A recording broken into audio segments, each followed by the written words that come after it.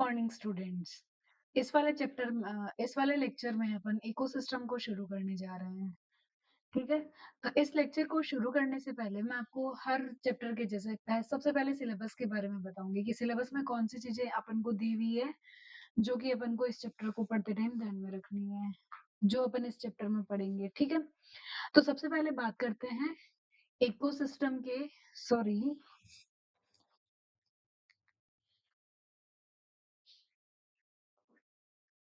Ecosystem के patterns के बारे में और उसके कौन-कौन से कंपोनेंट्स हैं उनके बारे में।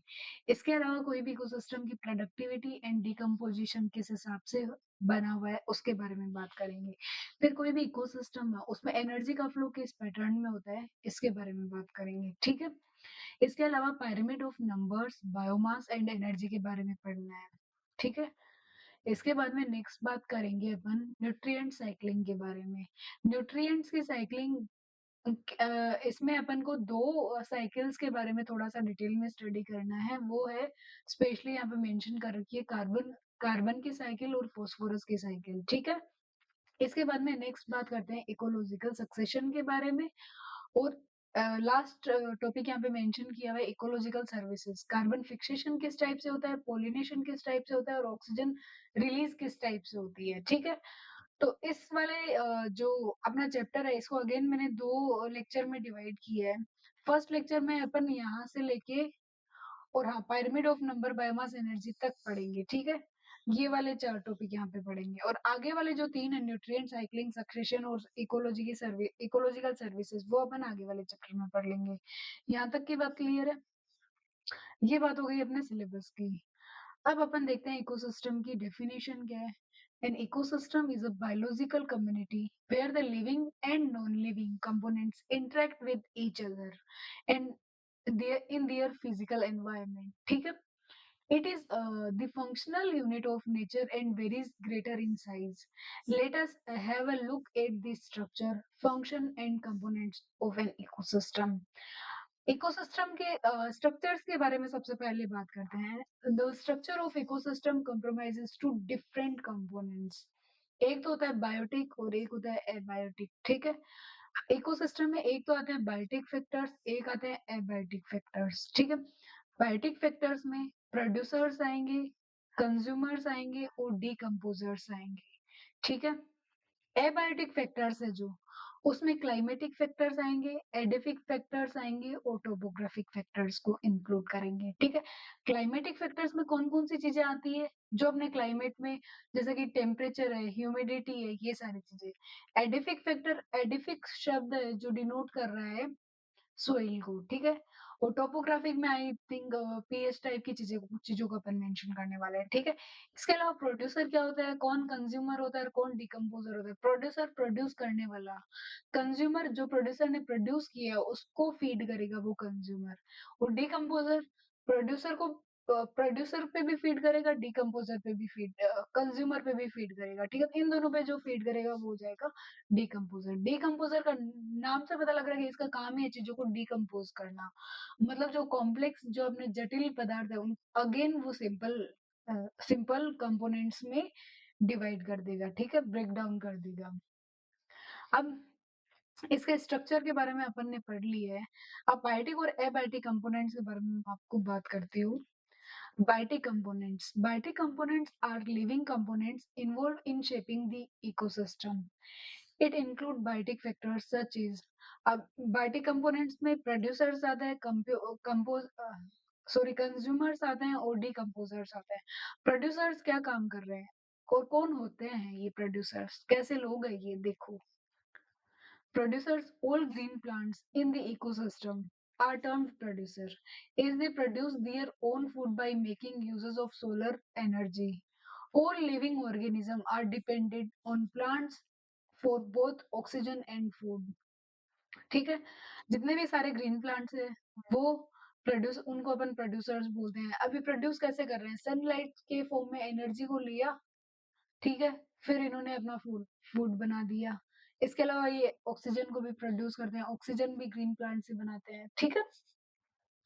अब नेक्स्ट बात करते हैं अपन कंज्यूमर के बारे में, ठीक है?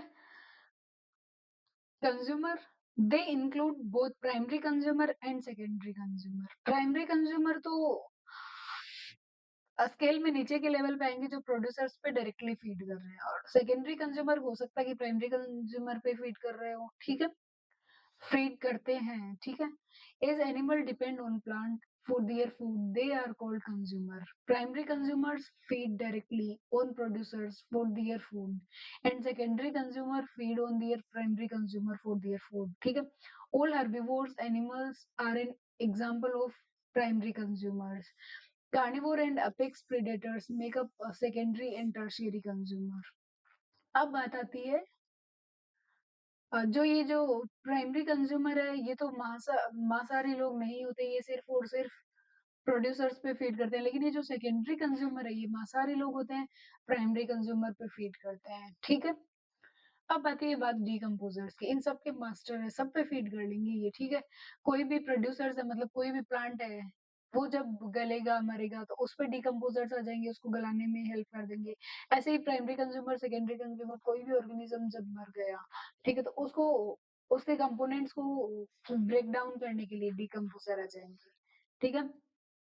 They are saprophytes, which include fungi and bacteria. Decomposers converted the dead matter into organic and carbon dioxide, and the process is called decomposition. Energy flow के बारे में बात करते हैं अब अपन। Energy flow is the flow of energy. हाँ, नाम से पता लग रहा है एनर्जी का फ्लो हो रहा है along the food chain through different trophic levels. एक ट्रॉफिक लेवल से नेक्स्ट ट्रॉफिक लेवल पे एनर्जी का फ्लो किस टाइप से हुआ है, इसको अपन बोलते हैं एनर्जी फ्लो, ठीक है। Energy is passed from the producers to decomposers through the various trophic levels. ठीक है, एक ट्रॉफिक लेवल से दूसरे ट्रॉफिक लेवल पे एनर्जी का ट्रांसफॉर्मेशन होता है हमेशा। इसको आगे फर्दर डिफाइन करने के लिए अपन लिंडमैन का लॉ पढ़ेंगे, जिसे कि 10% लॉ भी बोला जाता है, ठीक है। अब बायोटिक कंपोनेंट्स में अपन ने तीनों को पढ़ लिया है कि कौन प्रोड्यूसर्स होते हैं, प्राइमरी कंज्यूमर कौन होता है, सेकेंडरी कंज्यूमर कौन होता है, और इवन जो सेकेंडरी पे फीड कंज्यूमर पे फीड करे उसे अपन टर्शियरी कंज्यूमर भी बोल सकते हैं। डीकम्पोजर्स कौन होते हैं, ठीक है, जितने भी सेप्रोफाइट्स है सारे, ठीक है, जितने माइक्रो ऑर्गेनिज्म वगैरह है, फंजाइज, बैक्टीरिया, उन सबको अपन ने डीकम्पोजर्स में इंक्लूड कर लिया। एनर्जी के फ्लो के लिए मैं आपको आगे और एक रूल बता दूंगी, लिंडमैन लॉ, जो कि बहुत पॉपुलर है, ठीक है। 10% एनर्जी लो भी बोलते हैं उसे। फिर बात आती है एबायोटिक कंपोनेंट्स के बारे में। Abiotic components include inorganic material like air, water and soil, ठीक है। अब इकोसिस्टम का स्ट्रक्चर किस हिसाब से डिजाइन किया गया है, उसके फंक्शंस क्या क्या है, इसके बारे में अपन बात करते हैं, ठीक है। तो स्ट्रक्चर एंड फंक्शन में अपन को इन चार चीजों के बारे में पता होना ही चाहिए, ठीक है। The component of ecosystem are same to function as unit when we consider following aspects: productivity, decomposition, energy flow and nutrient cycling, ठीक है। प्रोडक्टिविटी के बारे में बात करते हैं। The rate of synthesis of energy containing organic matter और biomass by any trophic level per unit area in unit time is described is productivity. Per unit area में, per unit, sorry, per unit area, per unit time में वहां पे कितनी चीजें produce हो रही है, ठीक है, उनको अपन बोल देते, उसको अपन बोलेंगे ये इस जगह की प्रोडक्टिविटी है। और इसको मेजर करते हैं वेट की फॉर्म में, जैसे कि किलो कैलोरी पर मीटर स्क्वायर है, यहाँ पे करेक्शन कर लेना, ये पर मीटर स्क्वायर है, पर मीटर ईयर, ठीक है। इसको करेक्शन कर लेना है यहाँ पे, इसकी यूनिट को।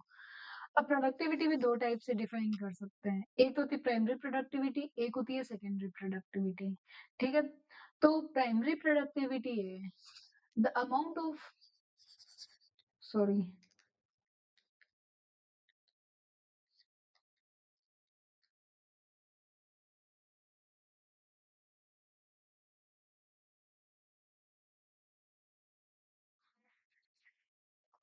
सॉरी,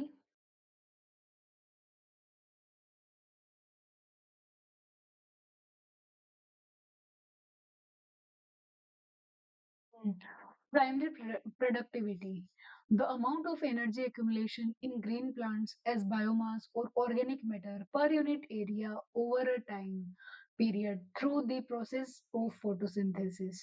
अब प्राइमरी प्रोडक्टिविटी दो टाइप से अपन डिफाइन कर सकते हैं, एक तो होती है ग्रोस प्राइमरी प्रोडक्टिविटी, एक होती है नेट प्राइमरी प्रोडक्टिविटी। ठीक है, तो ग्रोस प्राइमरी प्रोडक्टिविटी को अपन जीपीपी से डिनोट कर सकते हैं। जीपीपी क्या होती है? The total organic matter synthesized by the producers in the process of photosynthesis per unit time and area। ठीक है, ऐसी एनपीपी क्या होती है?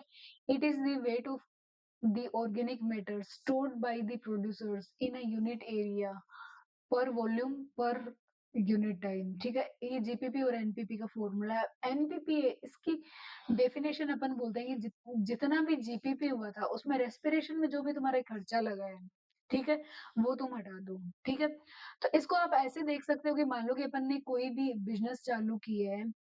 ठीक है। हम्म।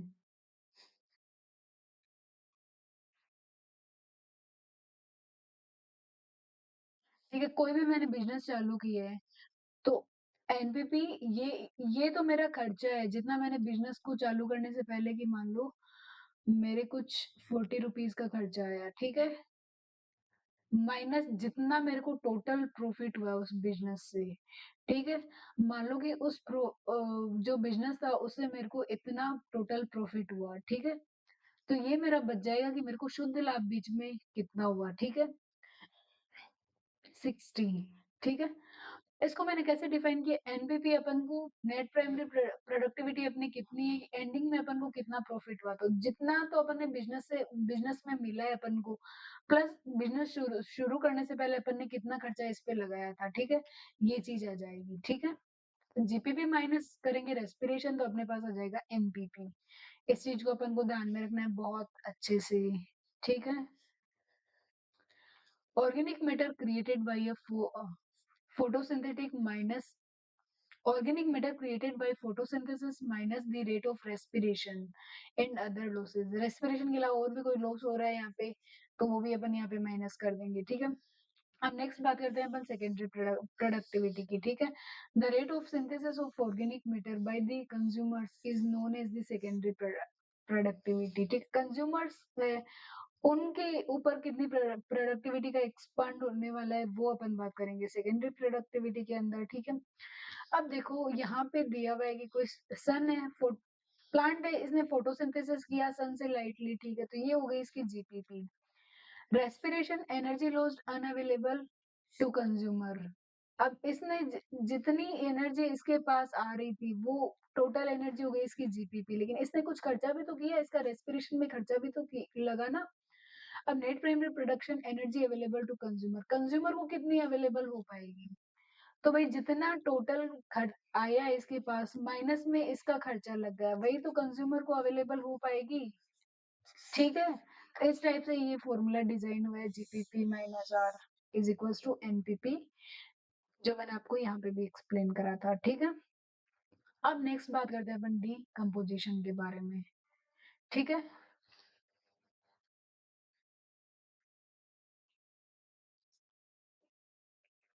it is physical and chemical breakdown of complex organic remains help of organic with the help of organism called decomposers। अब ये क्या बोल रहा है? डिकम्पोजिशन क्या होएगा? फिजिकल और केमिकल ब्रेकडाउन कर रहे हैं, फिजिकल भी ब्रेकडाउन कर रहे हैं, केमिकल की हेल्प से भी ब्रेकडाउन कर रहे हैं। कोई भी कॉम्प्लेक्स ऑर्गेनिक मैटर है वो कन्वर्ट हो जाएगा सिंपल ऑर्गेनिक मैटर में। ठीक है, अब organic remains, dead plant parts, animal remains, excretion and also called detritus. जो लोग डिकम्पोजिशन का काम करते हैं उसको अपन ने बोल दिया डेट्राइटस है ये। ठीक है, अब डिकम्पोजर की प्रोसेस क्या होने वाली है? सबसे पहले फ्रेगमेंटेशन ऑफ डेट्राइटस, जो sorry organic remain, dead plant part, जितने भी वो बच गए पीछे डिकम्पोजिशन के बाद उनको अपन बोलेंगे डेट्राइटस। ठीक है, और जो डेट्राइटस पे काम करेंगे उनको अपन बोल देंगे डेट्रीवोर्स। ठीक है, सबसे पहले देखो fragmentation of detritus. Detritivore termites, carrion beetles, earthworms feed on large pieces। ठीक है, the smaller fragments are left, छोटे वाले फ्रेगमेंट्स अभी बचे हुए हैं। ठीक है, और अर्थ वो में उसको अपन किसान का मित्र भी बोलते हैं, ठीक है? अब इसके बाद में पहले अपन ने बड़े-बड़े टुकड़े थे उनका फ्रेगमेंटेशन कर लिया, छोटे-छोटे टुकड़ों में डिफाइन कर लिया। अब बात आती है आगे कैटाबोलिज्म के बारे में। The decomposers like bacteria, fungi excrete digestive enzyme over the detritus. It changes insoluble complex organic substances into simple and soluble organic compounds and inorganic substances. ठीक है। फिर नेक्स्ट बात आती है लीचिंग के बारे में। Soluble substances formed during decomposition are subjected to leaching or passes through deeper layers of soil, groundwater or by a percolating water. Percolating water. अब बात करते हैं कि जो डिकम्पोजिशन की प्रोसेस है, क्या कोई फैक्टर्स है जो इसको अफेक्ट कर रहे हैं? तो बिल्कुल, एक तो टेम्परेचर है, सोइल का टेम्परेचर 25 ये ऑप्टिमम टेम्परेचर है, जो सोइल में रहता है, ठीक है? मॉइस्चर के बारे में बात करेंगे, एसेंशियल है, थोड़ी नमी होनी चाहिए सोइल में तभी वो डिकम्पोजिशन की प्रोसेस एकदम अच्छे से चल पाएगी। फिर पीएच अगर ये न्यूट्रल होएगी तो ज़्यादा बेटर है, एसिडिक में भी अच्छे से डिकम्पोजिशन हो जाता है। कंपोजिशन क्या रहना चाहिए? Chitin and lignin are very slow to get decompose. अगर भी कोई भी चीज में काइटिन और लिग्निन का अमाउंट पाया जा रहा है तो उसका डिकम्पोजिशन रेट स्लो होने वाली है, ठीक है? Aerobiosis aerobic condition are essential for activity of decomposer organism. कोई भी डिकम्पोजर ऑर्गेनिज्म है अगर एरोबिक कंडीशन अगर उसे प्रोवाइड करा पाए अपन तो वो डिकम्पोजिशन की रेट को बढ़ा देगा, ठीक है? फिर मैंने आपको पीछे की तरफ बताया था 10% लॉ के बारे में जो मैं अपन एनर्जी में एक्सप्लेन कर रहे थे। ये लिंडमैन नाम का एक साइंटिस्ट है। इसने 1942 में अपने लॉ को प्रस्तुत किया था। ये लॉ क्या एक्सप्लेन कर रहा है देखो। According to this law, transfer of energy from one trophic level to another trophic level is never 100%. ये ट्रॉफिक लेवल्स का फॉर्मेशन करो सबसे पहले, ठीक है? ये एक ट्रॉफिक लेवल, दूसरा ट्रॉफिक लेवल, तीसरा ट्रॉफिक लेवल, चौथा ट्रॉफिक लेवल, ठीक है? अलग-अलग मैंने ट्रॉफिक लेवल्स बनाए हैं। इस वाले ट्रॉफिक लेवल से ये ये वाले लोग इसी पे तो फीड करेंगे। इस वाले ट्रॉफिक लेवल से जितनी एनर्जी इस वाले ट्रॉफिक लेवल को ट्रांसफर होएगी, वो 100% तो किसी भी सूरत में नहीं हो सकती, ठीक है? It is so because most of energy get lost as heat in the environment during each transfer. ज हर एक बार हीट ट्रांसफर हो रहा है तो कुछ एनर्जी एनवायरनमेंट में भी यहाँ से रिलीज हो रही है, ठीक है? इस कारण ये कभी भी 100% नहीं हो सकती। अब ये जो एनर्जी का मैंने लेखा-जोखा किया है इस वाले पिरामिड में कि मान लो किलो जूल है की फॉर्म में ये एनर्जी, ठीक है? मान लो कि ये प्रोड्यूसर्स है वो 1000 kilo joule sorry 1 lakh kilo joule energy produce कर रहे हैं तो नेक्स्ट ट्रॉफिक लेवल पे जाएगी तो 10% घटा दो कितना बचा 10,000 उससे आगे वाले लेवल पे अगर जाएगी तो ये कितना बच जाएगा 1000 उससे वाले आगे वाले ट्रॉफिक लेवल पे जाएगी तो ये 100 किलो जूल ही बचेगा उससे आगे वाले पे जाएगी तो ये 10% किलो जूल 10 किलो जूल ही जा पाएगा ठीक है एक ट्रॉफिक लेवल से दूसरे ट्रॉफिक लेवल पे एनर्जी का ट्रांसफर हर बार कितना हो रहा है 10% जितनी यहाँ पे एनर्जी थी उसका 10% आगे फिर 10% फिर 10% फिर 10% ठीक है फिर इसके बाद में अपन बात करते हैं पायरामिड्स ऑफ अब अपन अलग अलग पायरामिड्स की अपन किस टाइप से ड्रॉ कर सकते हैं नंबर्स को सेंटर में रख के नंबर्स को डिफाइन करने के लिए अपन पायरामिड का फॉर्मेशन कर सकते हैं ठीक है पायरामिड ऑफ नंबर को अपन एल्टोनियन पायरामिड भी बोलते हैं ठीक है एल्टोनियन पायरामिड देखिए ये पूछे तो कंफ्यूज अपन को नहीं होना है ठीक है it is a graphic representation of the number का पायरामिड है तो ग्राफिक रिप्रेजेंटेशन किसका होगा numbers of individual per unit area of various trophic levels stepwise with producers being kept at the base and top carnivore kept at the tip ठीक है फिर trophic levels को मैंने यहाँ पे डिवाइड किया हुआ है देखो सबसे पहले तो अपने जो प्रोड्यूसर्स है प्रोड्यूसर पे जो फीड कर रहे हैं वो अपने प्राइमरी कंज्यूमर। अब जो प्राइमरी कंज्यूमर पे फीड कर रहा है वो अपने सेकेंडरी कंज्यूमर, फिर जो सेकेंडरी कंज्यूमर पे फीड कर रहे हैं वो है टर्शियरी कंज्यूमर। ठीक है। pyramid of number in a grassland ecosystem, pyramid of number in a tree ecosystem. अब देख, अब यहाँ पे देखो जो ग्रासलैंड का इकोसिस्टम है वहां पे पिरामिड की शेप कैसी है, सीधा पिरामिड है। लेकिन ट्री इकोसिस्टम में अगर पिरामिड की शेप की अगर आप बात करोगे तो ये उल्टा पिरामिड भी तो बन रहा है, देखो, है ना। तो यहाँ पे ये उल्टा पिरामिड बन जाएगा ट्रीज के केस में। ठीक है। एक कोई बड़ा ट्री है तो एक ट्री के ऊपर बहुत सारे इंसेक्ट्स फीड कर रहे हैं। ठीक है। अब इन इंसेक्ट का नंबर ज्यादा होएगा और इन पे फीड करने वाले लोग या इन पे फीड करेंगे स्मॉल बर्ड्स, उनका नंबर कंपेरेटिवली कम होगा। ठीक है। फिर इसके बाद में बात आती है लार्ज बर्ड के बारे में। ठीक है। तो लार्ज बर्ड कंपेरेटिवली नंबर इनका और भी कम होगा। ठीक है। तो इस टाइप से ये जो ट्री इकोसिस्टम में नंबर वाला जो पिरामिड है वो उल्टा भी बन सकता है। अब लास्ट अपन पिरामिड की बात करते हैं, पिरामिड ऑफ बायोमास और पिरामिड ऑफ एनर्जी। ठीक है। पिरामिड ऑफ बायोमास को एक्सप्लेन करते हैं। Pyramid of biomass is a graphical representation of biomass present sequence per unit area of different trophic levels with producers at a base and top carnivore kept at the tip.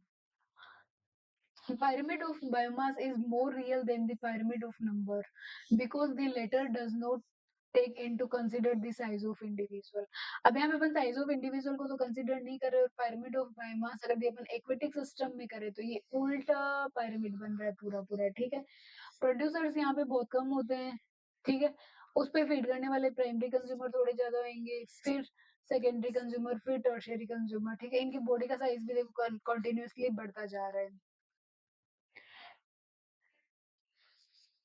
फिर last बात अपन करते हैं pyramid of energy के बारे में। ठीक है। It is a graphic representation of the amount of energy trapped per unit time and area in a different trophic level. अभी जो एनर्जी वाला जो पिरामिड है इसको बारे में ध्यान रखोगे कि ये हमेशा ही सीधा होगा। ठीक है। हमेशा ही ये सीधा पिरामिड बनेगा, कभी भी इन्वर्टेड नहीं हो सकता। जब भी बायोमास वाले की बात करें तो एक्वेटिक सिस्टम में इन्वर्टेड हो सकता है और नंबर वाला है वो ट्रीज के केस में इन्वर्टेड बन सकता है। ठीक है। जबकि इधर साइड में डायग्राम देखो, ग्रासलैंड के केस में अपन ने सीधा पिरामिड बनाया लेकिन ट्रीज वाले इकोसिस्टम में अपन ने उल्टा पिरामिड भी बना दिया। ठीक है। बायोमास वाला अपन ने एक्वेटिक सिस्टम में उल्टा पिरामिड बनाया है लेकिन एनर्जी वाला पिरामिड कभी भी इन्वर्टेड नहीं हो सकता है। ठीक है। अब देखो ये जो प्रोड्यूसर्स है इन्होंने सन से एनर्जी ली। ठीक है। अब हमेशा ये 10% आगे जाएगा, 10% आगे जाएगा, 10% आगे जाएगा। ये 10% एनर्जी का लो है, इसी से अपन को आइडिया लग जाएगा कि एनर्जी का जो पिरामिड है वो कभी भी उल्टा नहीं बनेगा। ठीक है। इसके बाद में अपन बात करते हैं limitations of ecological pyramid. Ecological pyramid की क्या-क्या लिमिटेशंस है? Ecological pyramid assume that the food chain are simple. Ecological pyramids को क्या लगता है कि इनके अकॉर्डिंग तो भाई कि ये कोई है, इस पे ये फीड कर रहा है, इतने क्या सिंपल फूड चेन होने वाली है? बिल्कुल नहीं। Simple food chain do not occur in nature. इतने simple food chain, food web अपन जो बुक्स में शो करते हैं, इतनी नेचर में सिंपल फॉर्म में तो प्रेजेंट है नहीं। Instant food webs are present.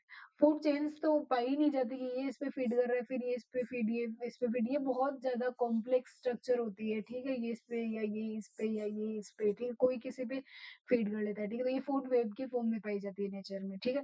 लेकिन बुक्स में इजीली अपन इनको समझने के लिए फूड चेन की फॉर्म में एक्सप्लेन करते हैं। यहाँ तक की बात क्लियर है। फिर अ सिंगल स्पीशीज में ऑपरेट एट टू और मोर ट्रॉफिक लेवल। एक सिंगल स्पीशीज हो सकता है इस वाले ट्रॉफिक लेवल में भी अपना रोल प्ले कर रही हो और कोई अलग ट्रॉफिक लेवल चला रखे हो उसमें भी अपना रोल प्ले कर रही हो। Ecological pyramid have no method of accommodating such cases। ठीक है। Ecological pyramid have no place for detritivores and decomposers। अब ये भी इकोलॉजिकल पिरामिड का एक नेगेटिव पॉइंट है कि ये अपनी जो पिरामिड्स है उनमें कभी भी डेट्रीवोर्स और डिकम्पोजर्स को प्लेस नहीं दे पाया, लेकिन अपने इकोसिस्टम में तो वो भी एक इम्पोर्टेंट रोल प्ले कर रहे हैं, इवन मेजर रोल प्ले कर रहे हैं चीजों के ब्रेकडाउन के लिए। ठीक है। So they play a vital role in ecosystem. Ecosystem में उनका भी वाइटल रोल प्ले वो भी वाइटल रोल प्ले कर रहे हैं, फिर भी अपन इनको इकोलॉजिकल पिरामिड में एक प्लेस नहीं दे पाए। तो ये कुछ इसके ड्रॉबैक्स है कि इकोलॉजिकल पिरामिड अपन जैसा बुक्स में पढ़ रहे हैं, एक्चुअल में वैसा ईज़ी सी कोई प्रोसेस नहीं होने वाली है, ठीक है? तो इस लेक्चर में मैंने आपको इकोसिस्टम के थोड़े बेसिक्स के बारे में बता दिए है, ठीक है? इसके अलावा ये 10% लॉ के बारे में आपको ध्यान रखना है, ठीक है? डिकम्पोज़िशन की क्या-क्या प्रोसेस है, कौन-कौन से फैक्टर्स अफेक्ट कर रहे हैं इसको। अब पिरामिड ऑफ नंबर कौन से केसेस में उल्टा बनेगा मतलब सीधा पिरामिड बनेगा, कौन से केसेस में उल्टा पिरामिड बनेगा, इसके बारे में ध्यान रखना है। पिरामिड ऑफ बायोमास इन्वर्टेड हो रहा है, कहाँ पे इसके बारे में ध्यान रखेंगे। पिरामिड ऑफ एनर्जी कभी भी इन्वर्टेड शेप का नहीं बनेगा, हमेशा सीधा ही बनेगा। इसके बारे में अपन को ध्यान रखना है। फिर कुछ लिमिटेशंस इकोलॉजिकल पिरामिड की वो अपन ने यहाँ पे देख ली है, ठीक है? इसके बाद में अपन आगे की बात करेंगे अगले चैप्टर में, ठीक है? तब तक आप इसको एक बार अच्छे से पढ़ के आना। Thank you.